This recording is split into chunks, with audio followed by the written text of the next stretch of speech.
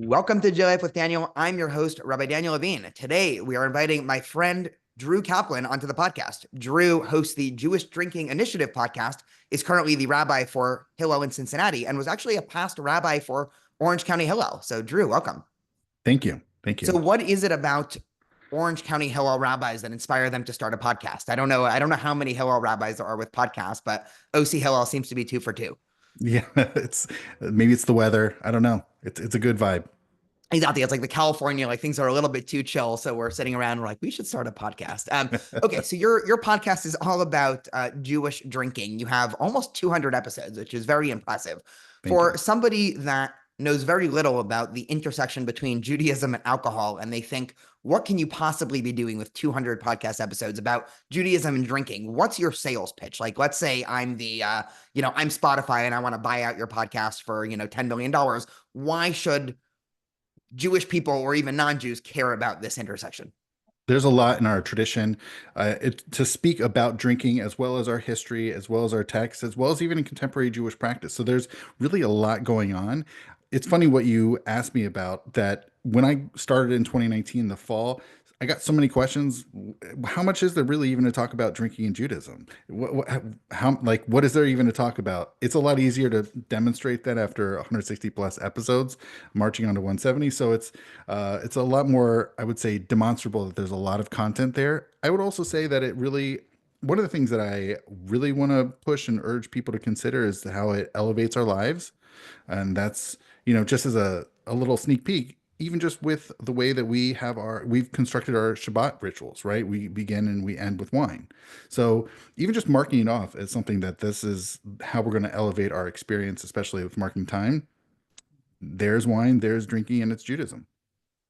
Interesting. So I really love that idea. And it's funny because when a lot of people ask me, that have never seen Kiddush before or Havdalah, right? That's the two benchmarks you're talking about. Yeah. And they ask me, what is this thing we're doing, right? Yeah. Hillel students that come for the first time. The answer that I always give, the sort of elevator pitch, and then I'm going to problematize this in a minute, but is, we take the two things that, seem the most almost materialistic, right? Bread, which, represents food, and wine, which represents, alcohol and, all of these other things, and also luxury and, richness. And we're specifically saying that these things are not just, materialistic things, but these things could also be uplifted to the spiritual. That said, when you open up some of our earliest texts in Judaism, right? So let's go back to the book of Genesis. Let's forget, Kiddush, we're rewinding the clock, 4,000 years. The earliest texts that Judaism has vis-a-vis alcohol are almost all negative, right? So just I'll tell some of the stories for listeners, and then you can kind of help us unpack All, this. And yeah. these, oh yeah, here, go for it. I was Before going to we, say almost is the key word in that sentence. yes. So the first story, and this is so, just slipped into the story almost, right? So I'm going to guess most of the listeners have heard of the story of Noah's Ark, right? This is, one of the big ones, right? Global flood. Noah builds an ark, bunch of animals, right? He survives and his children survive. What listeners might not know is that right after the ark sets and, there's dryness, and now Noah's ready to sort of repopulate the world. This is, I believe, the 9th chapter of Genesis. Noah decides to plant a vineyard, right? It seems to be one of the first things that he does after getting off the ark, and then subsequently gets really drunk, goes into the tent. And then at that point, very unclear what happens, right? His two sons come in. Noah's, and I implore listeners to actually, do the work, just Google Genesis 9, the end of the chapter real quick. His sons either uncover his nakedness, they either molest him, they either, something even worse. But this first story of a human getting drunk in our tradition seems to be, perhaps Noah is feeling the trauma of this global flood. I don't know. How are you making sense of this story? I know you did a whole episode on it, but, what's your, Yeah. if somebody were to tell you like, no, Rabbi, you have it all wrong. This is a warning text against the dangers of alcoholism. What would you say? So I think to some degree, I think people see alcohol can really serve as a Rorschach test. And I think the story of Noah is perfect for gauging how someone approaches even just thinking about drinking in one's life. Yes, he descends from the ark. He plants a vineyard. Obviously, it's not going to be that quickly until these grapes are ready that they ferment and he can drink the wine. even though there's a midrash that says it'll happen in one day. But time has to happen to really transpire for this to happen. Setting aside what ultimately happens, of course, as you mentioned, I've done an entire episode of 4 different possibilities of what actually happened to Noah, what occurred. I actually like to think about the drinking experiences, especially the drunken experiences in the book of Genesis, as really in conversation with each other. Uh, I'm pretty sure you're going to mention Genesis 19, which is Lot and his daughters, Yes, right? that was So that was queued up for the next question to throw at yeah, you. so So I think there's even though both of them involve their offspring and getting drunk and something of a sexual nature occurring, there is a massive difference here though with Noah. It's not really clear that he knew the power of wine and what would happen. I think there's an ambiguity to the story that it could have been according to some commentators, I think it's Ramban who says he was the first ever to plant a vineyard. So to even just have grapes on such a massive level that you could even have not only wine, but even a lot of wine, this to some degree could be read as a bit of a surprise coming to Noah, and he just was knocked out.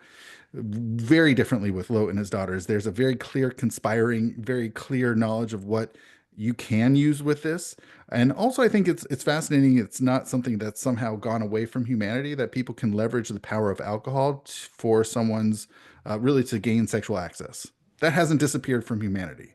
Um, so I, so there's a change here. There's a very noticeable change. Did you?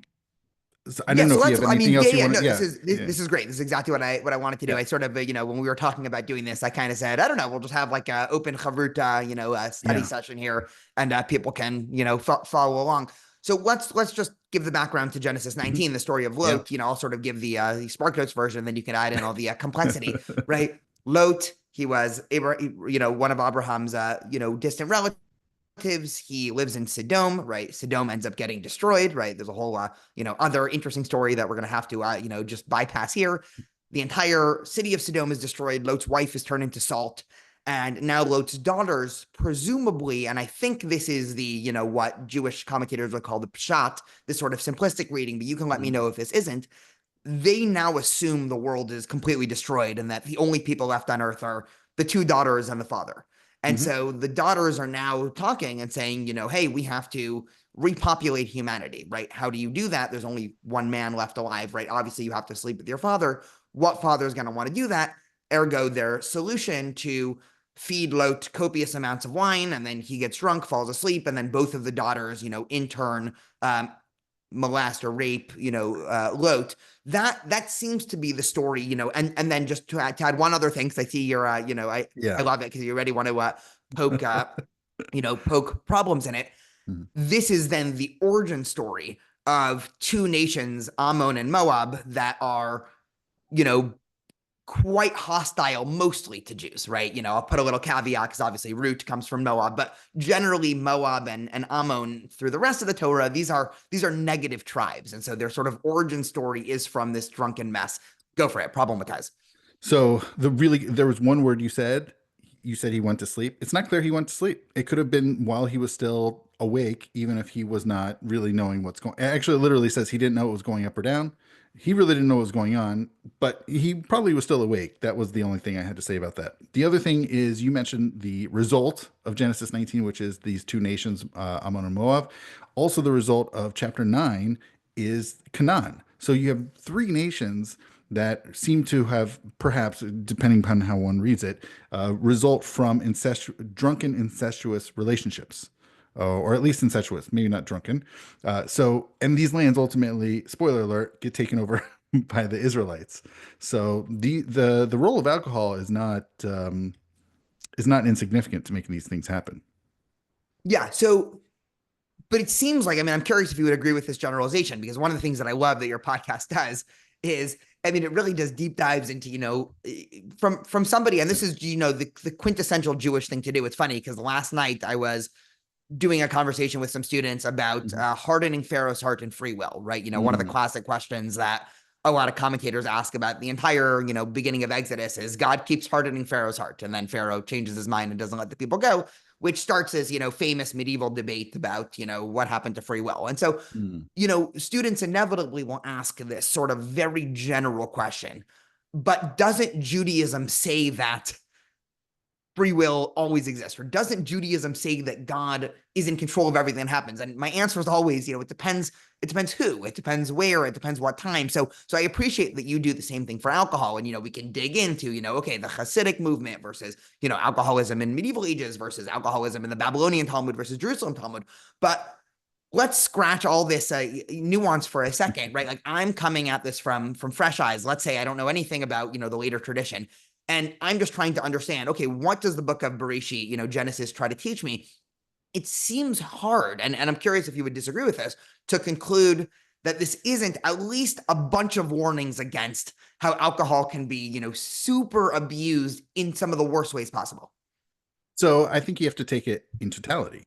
So just as, if you were to read a story, if you were to watch a movie partway through, I mean, you don't get to see the resolution. You don't have all the elements of data.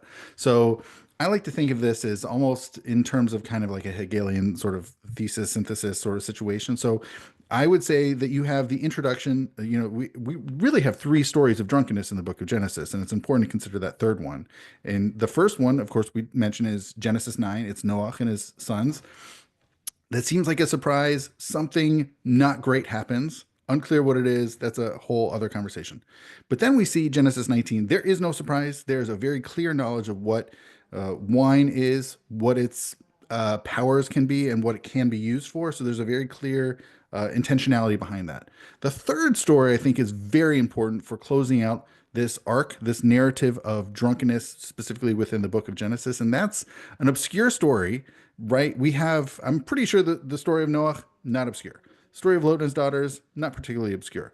Genesis Although 40. most people are continuously, it's funny. I mean, you are right, meaning Okay. your average person that, is familiar with the Torah, but a lot of times when I'll use these texts just as sort of sometimes a surprise factor, and sometimes I'll be totally honest. I mean, I've used both of these texts before with students as an Mhm. explicit, this is a danger against the, over alcoholism. But yes, what's the third story?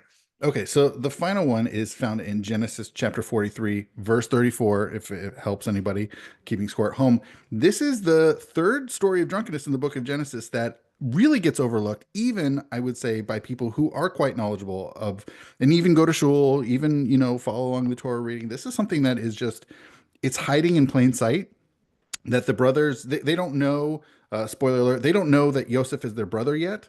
And so they are there dining at the royal palace or whatever, and they get drunk with him. That's it. They get drunk. Now, what bad things happens? Nothing. There is no bad thing that happens.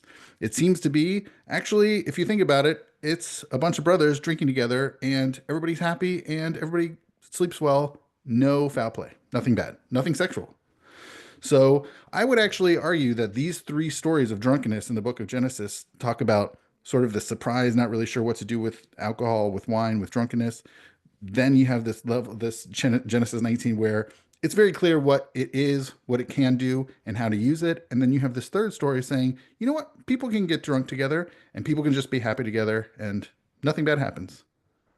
Yeah, I mean, I'm curious if you would, put this as a part of Judaism's wider ethos in terms of, the difference between material and spiritual. One of the things that, keeps on coming up in other contexts. I'm teaching a class on medieval Jewish philosophy now, so this is going to seem like a total non sequitur, but I promise it will hopefully connect. And, one of the things that the Greek tradition, this is going back to Plato, right? It's in our, 4th century BCE, is making this very stark distinction between what Plato called form and matter, right? Mm. And so Plato really divided the world into the material, and then you don't really call it the spiritual necessarily, but the sort of abstract world that's behind the material. Christianity takes this and really runs off with this dichotomy of there's the world of religion and there's the world of secularism, there's the world of material, there's the world of spiritual, and those two worlds actually have nothing to do with each other.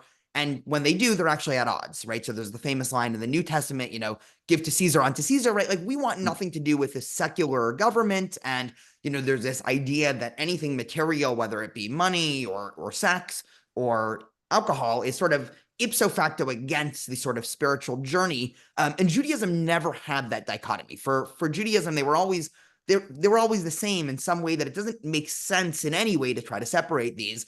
And so, the wider ethos of Judaism seems to be that everything can fulfill a spiritual purpose, and anything can fulfill a negative spiritual purpose. It just depends how you use it. So there's nothing that like ipso facto, by its nature is off limits. It's just, if you use it like, Lot's daughter is probably bad. If you use it like, Joseph and his brothers, rekindling after years, and maybe they needed a little bit of a, social lubricant in order to get past the awkwardness of, the whole throwing him into the pit thing, like maybe it's good. I'm curious, would you say? This was right before he reveals his true identity, though. So this is maybe that plays into it. So Yosef knows what's going on. This is a whole conversation for the commentators. They go into why is it that they felt comfortable getting drunk with this guy that they don't even know, right? That's a whole other conversation. Or maybe Yosef intentionally got them drunk so they would be less clear the next day when the goblet, which is a drinking vessel, is found in Binyamin's bag, but nobody really notices. Anyways, these are entirely. By the way, with this form and matter thing, I don't know a lot about philosophy. I'll leave that to you. I did have a guest on in this past fall talking about wine drinking and drunkenness in Rambam's Mor Nevuchim, and so there, I will say, what little I know about philosophy, Rambam is really not happy with drunkenness ever.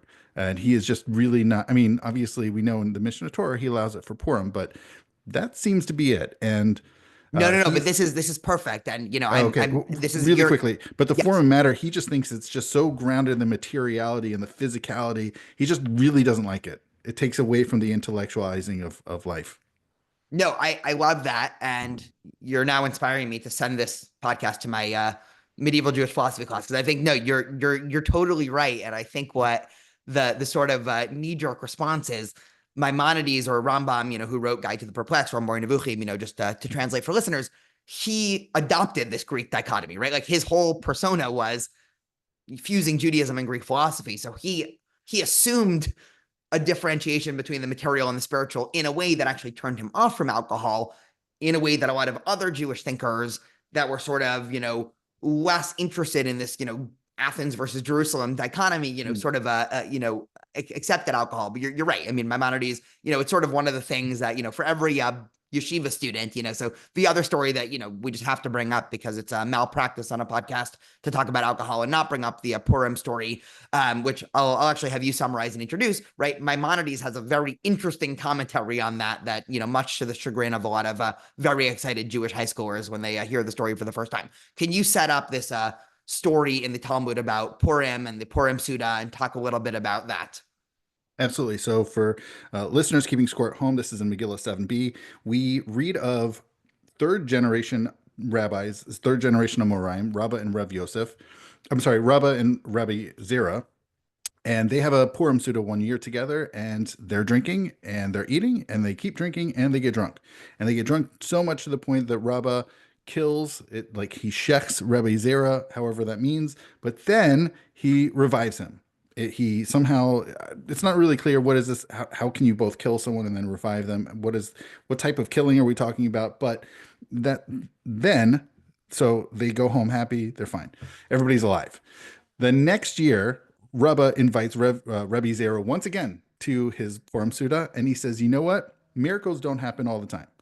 Meaning, implicitly, he's happy to drink together with him again on Purim. It was such a blast. It was such a great time, aside from him getting killed. But he just isn't confident that even if he were to be killed, he could be revived.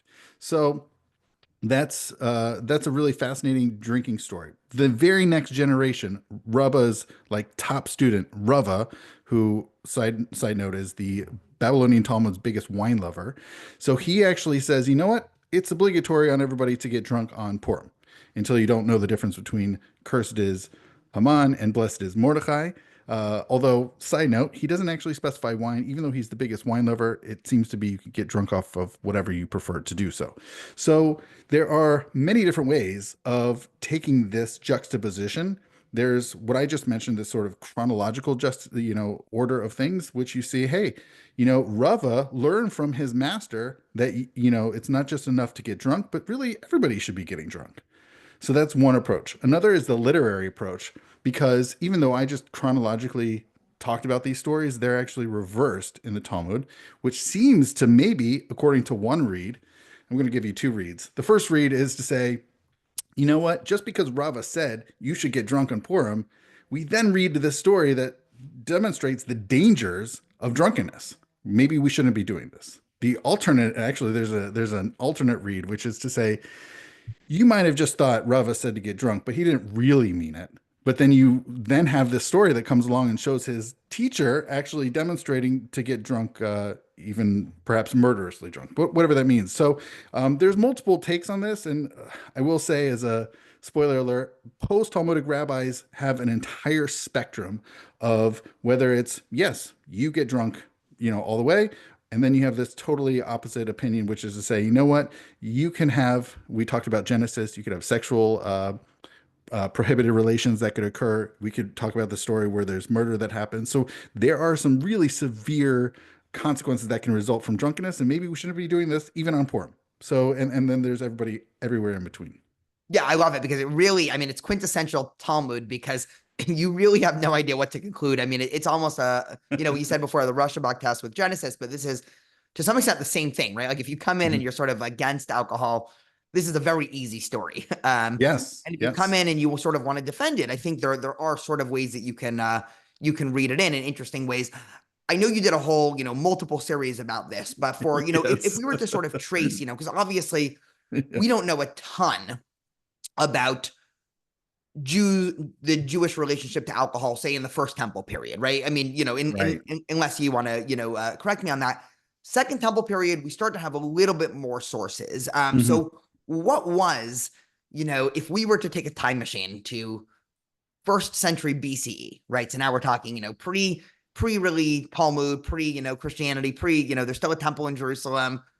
What is, if you were to go to a Shabbat dinner, I know this is a very fair, Mm. unfair question for you, but what is the relationship to alcohol? Are they sitting around singing and drinking? Are they drinking in the temple? What are all these paint me a picture of what alcohol would have been used for. So the quick answer is I don't really know. I've done a cursory look at some Second Temple texts, and maybe I need to look more at. I think I've done an episode on Jubilees. I definitely need in Ben Sira. So I've done some stuff. I don't I actually have I mean in the fall I did an episode on early rabbinic literature on Mishnah Tosefta and so forth on drunkenness, and it seems look my I would say my general vibe from it is that it's a part of life. Drunkenness is a part of life. It's not demonized in the Mishnah Tosefta. Um, that's really just my quick off the cuff. If we're talking about pre-Talmudic stuff, Yeah. that's So my we would say it's a part of life. And then I'll maybe add, because I don't know if this is Mhm. necessarily true, but I feel like it's true. It's not, there's no real steep spiritual dimension yet to it. Meaning it seems like at some point in Judaism, alcohol was going to become synonymous with a very deep connection to reality, right? The famous, Kabbalistic, or I mean, even the Talmud uses this, but really Hasidus Judaism really runs with this, when wine enters, the secrets exit, and this is considered to be almost a good thing, right? Like there's a shallow level of reading this where if I feed you too much alcohol, you'll tell me, secrets at work that you're probably not supposed to tell me, right? Like that's surface reading. The deeper reading is like, no, there's actually deep secrets of the universe and of God and of, our standing here that if you're sober, you actually just have less of a chance. And this almost gets us into, I would say, the world of psychedelics. And, I don't know if we want to go there necessarily yet, but that's sort of, the sort of mind altering nature of alcohol for that. So I don't know which one you sort of want to, grab to and jump off. If you want to talk a little bit about alcohol in the Talmud, because I don't think the Talmud really raises up alcohol to that level yet, in case, unless you want to prove me wrong, but it seems to be, from if we were to take a time machine to the 1800s in Poland, Mm. certainly there are full Jewish communities where drinking, at a Farbrengen, is the, highest level of spirituality that one can possibly hope to get. And so, when does that shift happen? Or, you can kind of, open-ended question. The quick answer is I don't know. This might be more of you mentioned perhaps Kabbalistic. I think it's safe to say Hasidus would talk about this. I don't. I mean, unless we were to use this S word of spirituality and slap it onto the Talmud, or maybe through spiritual lenses, we could perceive this. You even just the language you mentioned about Nichnasen and Yatzisod, that when wine enters, secrets emerge. So this appears twice in the Talmud, one in Eruvin and one in Brachot. So Which is, I mean, it's a lovely thing that it's not, again, this is not a demonization of wine. In fact, even in Erevin, it says that if you had it, that wine was only created to comfort mourners, right? So they're talking about an instrumentality of wine, that it has a almost like a religious benefit, if you could describe it as such. Or religious or psycho-spiritual, whatever it is, there's definitely a benefit that accrues to even just wine's existence in this world. And I would say even just even talking about drunkenness in particular, generally it's not placed in a negative light aside from one or two instances in the Babylonian Talmud. But aside from that, it's just the rabbis are trying to figure out, how does this play into life? How does this play into legal matters? And it's not typically in a negative light perceived. And this is interesting because, the New Testament and then later on the Quran, right? The New Testament's attitude towards, right, just to give listeners the history lesson, right?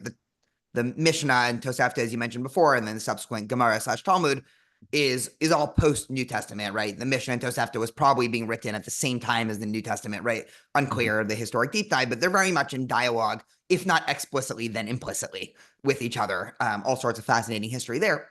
The New Testament seems to be very negative on wine and the dangers of drunkenness, right? The drunk won't inherit I'm forgetting the exact quote, the Lord, or, but, and there's hundreds, not hundreds, there's dozens. By the time you get to the Quran, again, 7th century, Islam is, just across the board against drunkenness at all. And so that's one path that the sort of religious journey Mm. can take you.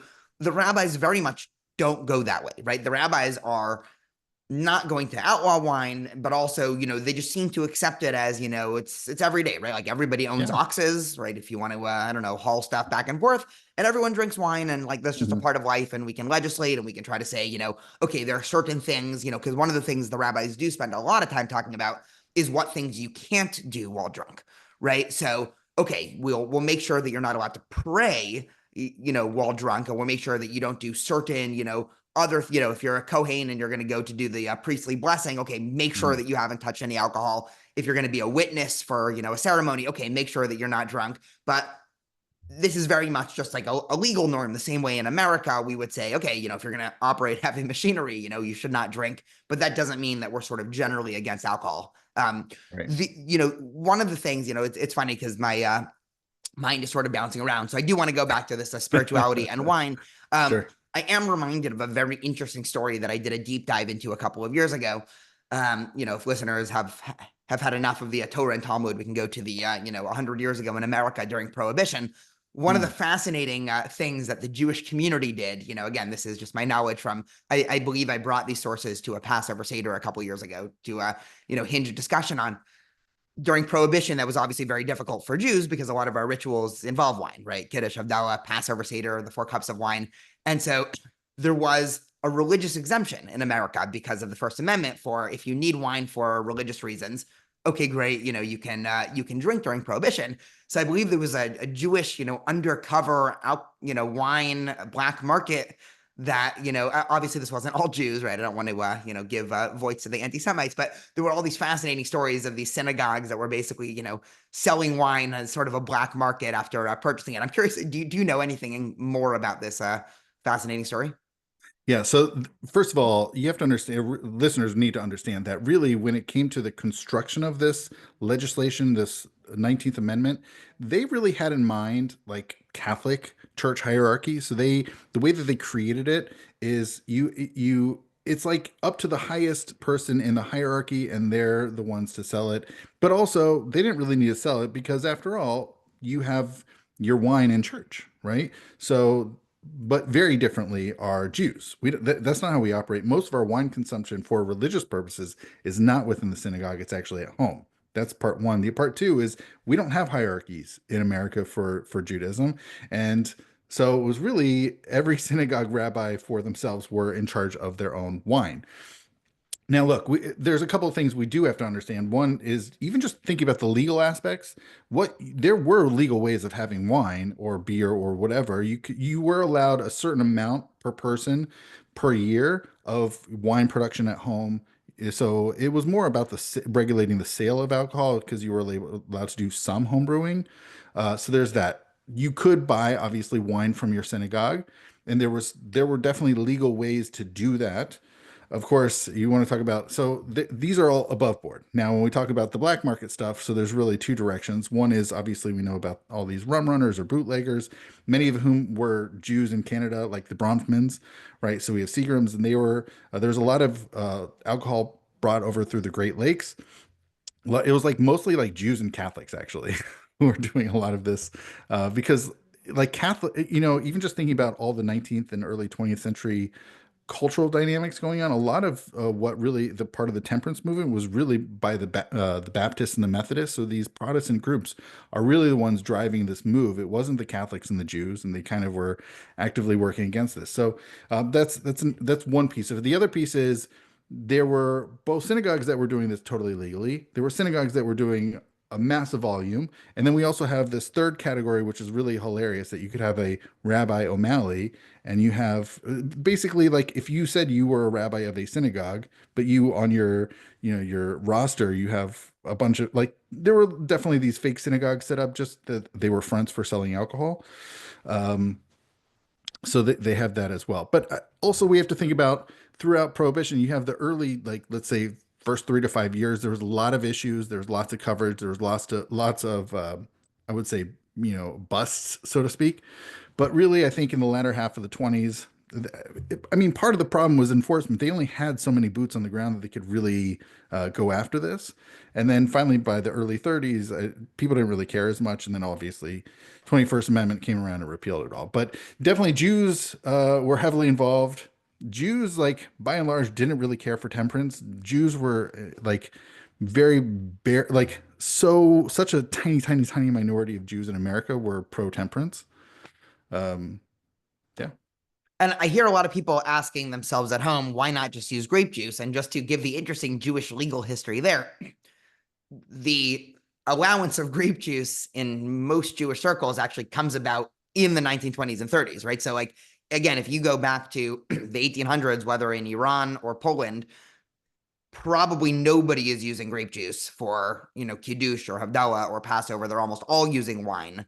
And the allowance of sort of alcohol-free grape juice in Jewish circles, I mean, correct me if I'm wrong, but it, really does go back to only 100 years ago. So there's two different things to consider. One is a technological thing, and the other is denominational alignment. So one is just even thinking about the technological aspect. So in the 1850s or 1860s, Louis Pasteur comes up with this discovery of pasteurization, and and guess who? In America is the first application of pasteurization to wine or grape juice. So this was done in the late 1860s by Dr. Welch, perhaps a familiar name we associate with grape juice. He was the one who created it. I think he was either a Baptist or a Methodist. So he was a pro-temperance person who still wanted the sacrament, but didn't want any alcohol aspect to it. So he so he came up with this, and that's really when we have the creation of grape juice, that you could have a really a non-alcoholic wine for the first time ever. So that's part of the temperance movement.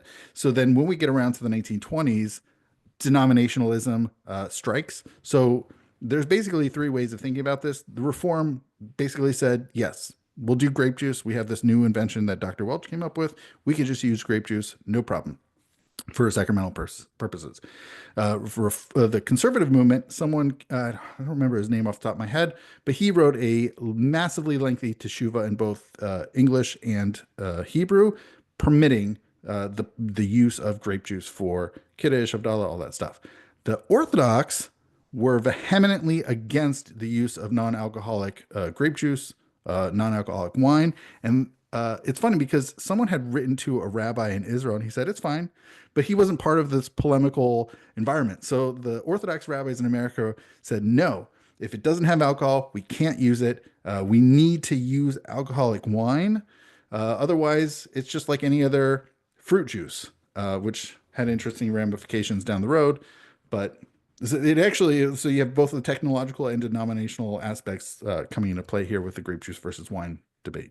Yeah, and a lot of things, obviously not the majority, but there are some things that Orthodoxy doesn't do specifically because of this denominational strife. This was one. Obviously, it changed. I think, again, It I'm did. gonna butcher the year, but it was I think the 1930s that the Orthodox world basically just accepted okay, now, so now you go to any Orthodox community in the world and grape juice is seen as a, just as good, if not like maybe one iota smaller, less, I think it took a than, couple of decades, actually. I think they needed the dust to settle after the whole prohibition situation. If I remember correctly, it wasn't even until the 1950s that the Orthodox rabbis woke up and said, "Hey, wait a second." And this argument about grape juice is just like any other fruit juice, but then it became a kashrus problem. So then they were like, "Wait a second, we could use this." And but they had been so mired in the 20s and 30s in this polemical aspect, but then finally they woke up and realized in the 50s, wait a second. Yeah. okay, that's funny. Okay, so you mentioned kashrut. So I did solicit a couple of questions from listeners, and I was saying that I was going to talk about you. And one of the Hmm. questions, actually, one of the questions I get the most, this maybe is a top 10, is about Uh, kosher and wine. So I'll just ask it the way that I get asked. What can be non-kosher about wine? It's just grapes. I would say yes, and I mean, if you, I would actually say it's the opposite. It's that wine is otherwise kosher until wine is kosher until otherwise noted. I would say that, but the otherwise noted could be Gentile touch. I mean, that's really something that is of concern in from the Mishnah and on. Really, I think there's sort of two things at play. Initially, it was concern of idolatrous libations. Of you never know, a Gentile could just come around and just libate it out. You never know. But the other one that occurs in the Talmud and comes up subsequently is the potential for intermarriage, because as we know, wine and alcohol can let down people's guard. And I also think that there is something special about wine. It's our most elevated beverage, and so there's a extra set of concern placed upon wine that is only placed upon wine and not whiskey, beer, anything else. Yeah. So I had a crazy story that was one of my favorite Jewish legal stories that ever happened to me. Hmm. So just to repeat what you said for listeners, in case they're not familiar with what a wine libation is, the fear was that if me and you go to the market together and we, there's this nice barrel of wine or something, that if we take from this wine and it's not made, it's not supervised by somebody that we trust, aka somebody who's who's from a Jewish background, this wine might have been made in the service of a god or been used to libate, or some of it was a libation, and it's sort of unclear. And obviously, idolatry, anything that touches idolatry is just off limits. Judaism. I was in China 10 years ago or something, traveling with my family. And for listeners that have never been to China before, there are just shrines and idols everywhere. I mean, it's really interesting because in a Western context, right? Like you go through, I don't know, the West and Europe and, Israel, the places that I visit a lot. And, you're not used to seeing, idols everywhere. And, you go to China and just, everywhere there's just, different idols and different depictions of different godly beings. And so just sociologically fascinating.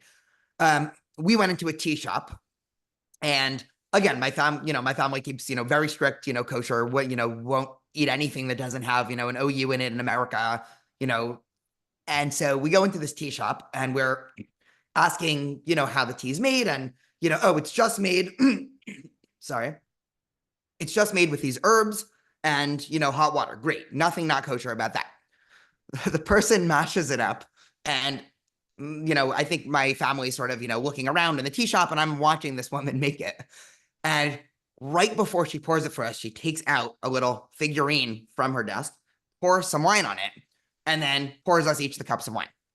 And so my family all, grabs the cups of wine, the cups of tea, and starts to, be about to drink. And I ask her, I kind of knew the answer, but, in sort of her broken English, I was like, what was that? I'm just curious. And she was like, oh, this is, one of our gods. And we, offer a little bit of wine or a little bit of tea to this god before serving it.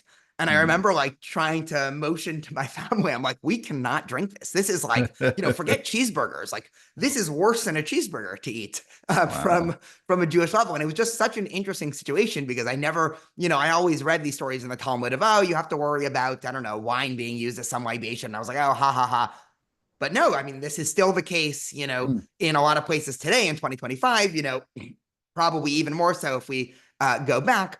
So, that was one tangent. Mhm. Just to sort of build a little bit of what you're saying, at some point in the rabbinic period, or maybe Jewish history, at least in the West, the concern for idolatrous libations, my story of China aside, started to dwindle, and the concern for sort of intermarriage, went up. I'm reminded of, there's a famous rabbinic commentary about why Achashverosh was convinced to allow Haman to kill the Jewish people. And what Haman said to Achashverosh in this midrash is, these Jews, if a fly falls into a vat of wine, the Jew will just, nicely pick out the wine with a spoon and, drink the rest of the wine. But if you, the king, so much as touches this wine, they're going to throw out the whole thing. And this in Wow. the rabbinic mind is taken as, Achashverosh says, okay, they have no respect for me. Let's do it.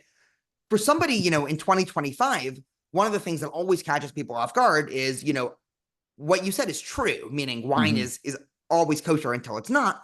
But if somebody's purchasing wine today in 2025 and you go into a supermarket, unless you are specifically seeking out kosher wine, which, maybe your average supermarket in a place like Irvine has, one or two, the rest of the wine is sort of not kosher across the board. Again, because we are concerned from some mixture of these things. And so I wanted to sort of pose that to you of, if somebody were to be confused, because this is the question that I always get pushed on. I mean, for some reason, this riles people up. Why be this strict in 2025? Everybody has non-Jewish friends. Everybody is sharing, they're in class with non-Jews. People's roommates are not Jewish. People's coworkers are not Jewish. They're eating lunch together. Do we still really need to care about non-kosher wine? I'm gonna, I'll channel my inner student to you. So I don't have a well-crafted statement for this.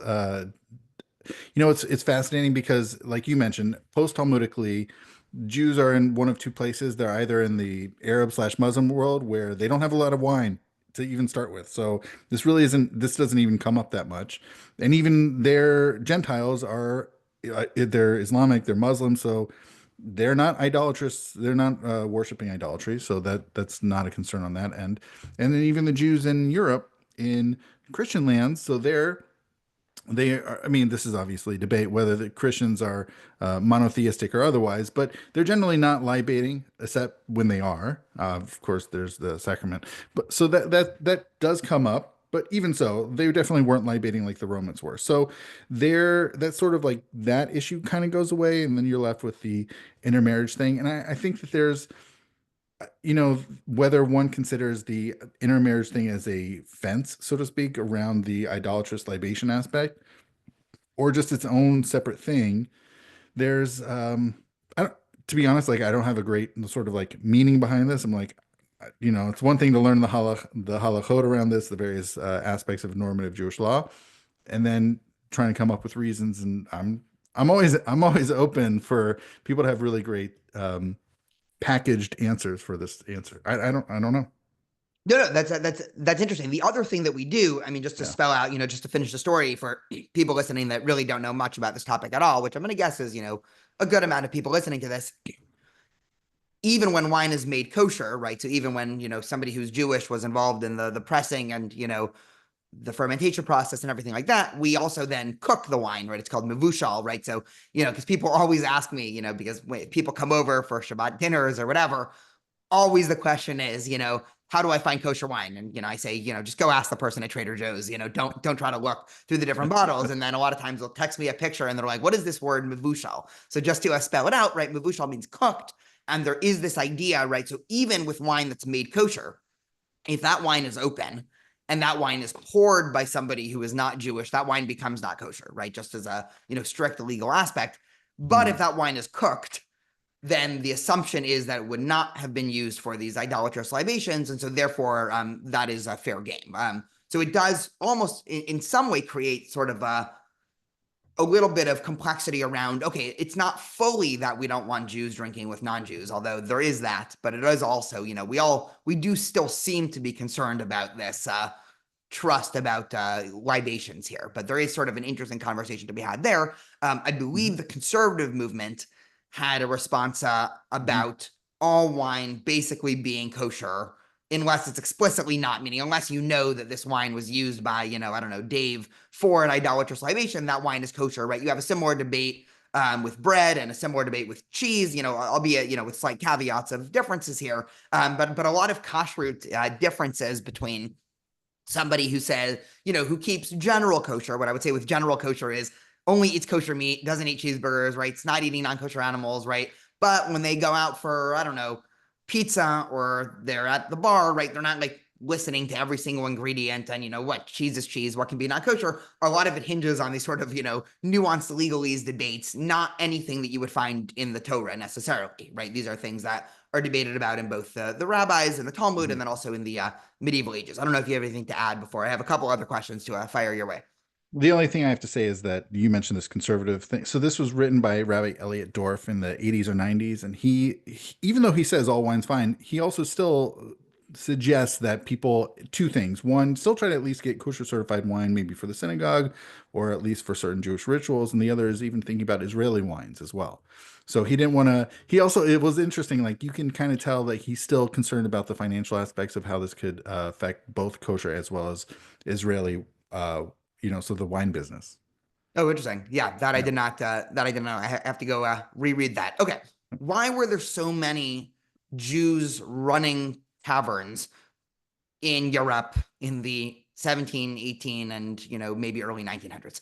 There's Can you two can you major can you one paint the history? For people that are unfamiliar with that question, you both have in places like Poland a bunch of Jewish bars and taverns, and then you have in the famous one, the Lehrhaus in Berlin, which was sort of a mix between a Jewish Beit Midrash learning center and a bar. If anybody ever wanted to combine those two, so. I would say there's two key things to consider as far as two major factors. There could be more, but the two major ones. The first one is just Jews were not permitted to engage with a lot of professions in Europe, so they were restricted to some degree as to what they could do. So it ended up being that Jews were in pretty significant numbers involved one way or the other with either the production or sale of alcohol in those centuries, in those places. So that's part one. So I don't know, with the maybe like 40%, like some significant number of Jews were engaged with this business. And by the way, as a side note, of course, I'm going to say a very disgusting word at this time, which is Passover. So, Passover is on the horizon. Sorry I should have had a trigger warning for that. But Passover is really fascinating. I think people are familiar with this notion of selling one's chametz, that one could, you have some chametz in your house, and you know what, you could just sign it away and sell it to a Gentile for Passover, and then you can get it back. Well, this whole notion, it used to be that you could sell your chametz to a Gentile, but you'd actually have to remove it from your house and deposit it in the Gentile's house. This all changed with whiskey because, as Rabbi Yoel Sirkis, the author of New House by Chadash, he wrote, he said, nowadays in our time, and he's writing in Poland, he said most Jews are engaged commercially with whiskey, which it's just like it's so fascinating. Like most, I don't know what that means. I don't know if that means in the manufacture and the sale, the distribution. It's not really clear, but at least in some point, form or fashion, Jews were involved with whiskey to such significant degrees that they created this new loophole that you could sell your, like. What are you going to do? Roll your all your whiskey down to the Gentile's house, or you just, you know what? We'll allow you to sell it in your house. This stuff is the Gentiles. And so this new loophole came about because so many Jews were commercially engaged with whiskey at the time. So that's part one. The other part is, at some point the Polish legislated that you could not have Jews running taverns. They wanted to make Poland great again. So they didn't want Jews running these taverns. But ultimately, what happened is you have the Polish nobility who own these, and what ended up happening is two things. One, they would have just the non-Jew Poles running these taverns, and they just were not as reliable or trustworthy as the Jews. And sometimes they would just like have the Jew actually running the tavern, but on paper it would be a non-Jew. And for whatever reason, the Jews were just more trustworthy in the operation of these taverns, whether it was not drinking the supply, whether it was appropriately taking the money, whichever factors it was. So this is that's what led to, I guess, their trustworthiness. Yeah, it's fascinating. No, it's just it's funny because both in historic circumstances and then also in a lot of just Hasidic stories. I mean, it just starts off, they were walking and they went into a tavern or an inn and they were drinking with the you know Jewish owner who's usually this simple guy and the beggar walks in and the beggar is really a hidden righteous person, and this is sort of just the best setting of every Hasidic story. I have another great story on the sale of chametz. Sorry, you Wait, wanted to say one thing. Go for it. yeah, yeah. I just really wanted to quickly say that I've had a guest on a couple times to talk about this who's written at least one book, if not more, and as well as articles. Professor Glenn Diner, who really is the leading authority on all this stuff. If people wanted to check out more, but Yankel's Tavern is the book to check out of his about this. But I want to say that one insight he provided me, which is really fascinating about Jews going into taverns, is that there was this notion that Jews were sober and that the Gentile Poles were drunkards. And this notion was not a one-way street. This went both ways. Like even the Poles described the Jews as being sober and the Poles themselves being drunkards. But meanwhile, what Professor Diner pointed out to me was that the Jews were still drinking, but they would get together for brangins, right? They would get together in their own sort of separate religious areas. They would get drunk together, but in sort of an elevated fashion. So that's an interesting component to consider. What was the crossover? Sorry, I'm going to tell my good story in a minute, but my favorite scene in Fiddler on the Roof is when right after Laser Wolf gets engaged to Tevia's daughter, and they go to the bar and they start drinking, and then there's these Cossack-like people or Russians. It's unclear exactly who they are, but clearly non-Jews, and they're also drinking, and it seems like there's going to be animus, and then they're all dancing together, and it's sort of I mean, it's very short-lived because of what happens after. But was there a lot of I mean, were there taverns where would be Jewish taverns that only Jews would be at, or would it kind of be like today? You go to a bar in Los Angeles and you have Jews and non-Jews and everyone's drinking together and I'm, my guess would be a mix. Really, the authority. This is a Professor Diner question. He'd be the authority to talk about. Maybe it was a mix. I don't know. Perfect. So great story on the sale of chametz. So you sort of gave the interesting history and law before, just to rehash it for listeners, Jews will typically right before Passover, sell their chametz. A lot of times it's done through a synagogue, but sometimes, you can just do it personally, right? If I'm not Jewish, you write to me a couple of days before Passover and just say, here's the list of 10 things, almost always including alcohol, because that's the expensive stuff that you don't want to just dispose of, and this is now yours for the next couple of days. There's all these great stories of people coming into other people's houses on Passover and taking a piece of bread from the closet or whatever. A couple of years ago, I had still a good friend of mine who is a religious Muslim. We went to undergrad together. We just became good friends. We're rock climbing partners, and Passover was coming up, and I was like, what, I'll just sell it to Wally. I'll sell all my chametz to Wally. So I, write out this whole thing, and I, send it to a rabbi who I knew just to make sure that this was, halachically sound. And the rabbi said, yeah, sure. And so, the morning before Passover, right? So just for listeners, you're supposed to not own any chametz by, midday, the day before Passover. So if the Seder is a Tuesday night, by that midday, you're supposed to already have figured all this out. I, of course, do everything in the last minute. So, it's like 9 a.m. I'm talking to this guy and I was like, here, I'm going to send you over this, I'm texting you over this thing, just, sign it. And then, you own all my chametz. And I get a call from him a couple minutes later and he's like, dude, I can't buy this. And I was like, why? He's like, there's alcohol. Muslims are not allowed to be in ownership of alcohol. And I was like, this is the funniest interfaith moment of like, just how interestingly legal both Judaism and Islam, like we have this, prohibition against ownership, so we have to sell it. And, he has a prohibition against ownership, so he can't buy it. And so, I ended up figuring it out for listeners that are afraid what I did that Passover. I did not dump out all of my, alcohol at that point, but I just, that's just always going to go down as one of my favorite alcohol Jewish Passover stories that I have. Okay. So we've been talking for a while. So the one other question, this is kind of an unfair question, but it's something that is sort of not even necessarily a Jewish question. It's sort of, but it's another hobby horse of mine, is health. And so there's been a lot of studies coming out lately that have been showing that alcohol might be worse for for people than might have previously thought, right? There was this idea before that, red wine might actually be good for you. And it seems like the medical establishment, again, they might flip again, but, just from everything I've been getting fired at me by, the omnipotent algorithms that run my, intake of media, right? A lot of it is, alcohol is bad. Alcohol leads to, higher rates of all these things. I'm just curious how you would adopt this into your, framework of Judaism in some way, right? Like Judaism, I really do. Eventually, I'm going to do a podcast all about, Judaism and health. And there's, a ton of interesting things there. But at what point, if alcohol becomes, bad enough for you, at what point does that have to also, configure into the equation? Great question. It's funny because I'm doing dry January right now, so this is alcohol has very much not been a part of my life this month.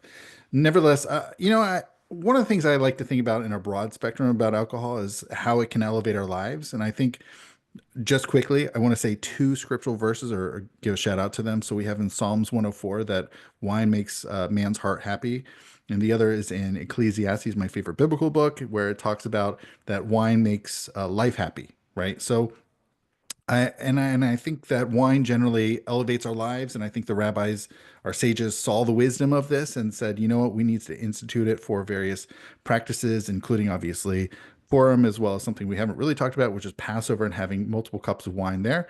So there's a ameliorative aspect that adheres with wine in general, and wine in particular, and alcohol in general.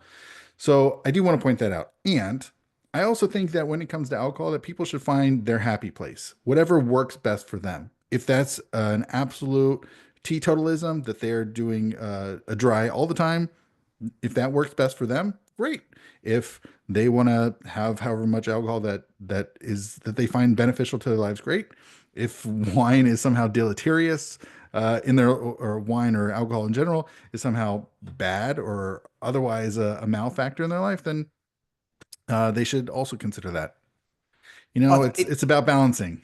Yeah, no, I love that. So, okay, actually, if you have time, two other questions for you that Sure. I did have. You brought up Passover, so let's just talk, just a little bit because that's probably on people's radar as the, Mhm. most wine centric. Even though Purim probably takes the cake on that, but Passover, the 4 cups of wine. Um, Well, Thoughts? I do want to point out that it's not clear that wine is part of one's Purim celebration. Wine at Passover is undeniably clear. It's there. Got it. So, what is the relevance of wine at Passover? Just writ large or any. It's what I mentioned, just having these ameliorative aspects that enhance our living, our life, our experiences, and I think that that's what the rabbi saw. I mean, even just having, the even I'm going to go backwards, but it relates to the Seder because the very first cup is Kiddush, right? We do Kiddush on the first cup, but why do we have wine for Kiddush? And this is something that comes up in the Tractate Pesachim in the 10th chapter that the rabbi said, we have this commandment as Zachor et Yom HaShabbat L'Kadsha, that to remember the Sabbath day to sanctify it. And they said, let's do it on wine. It's just very simple. It's not, they didn't you like heavy, intricate logic. They just said, well, let's do it over wine. That there's, you can say words, but they wanted to concretize this in some way. And the way to elevate lives is through wine. And so that's what they did for Kiddush. And then I think, that's what we see subsequently throughout the subsequent 3 cups of wine at the sort of the statutory other cups. One can definitely have more wine elsewhere in the Seder.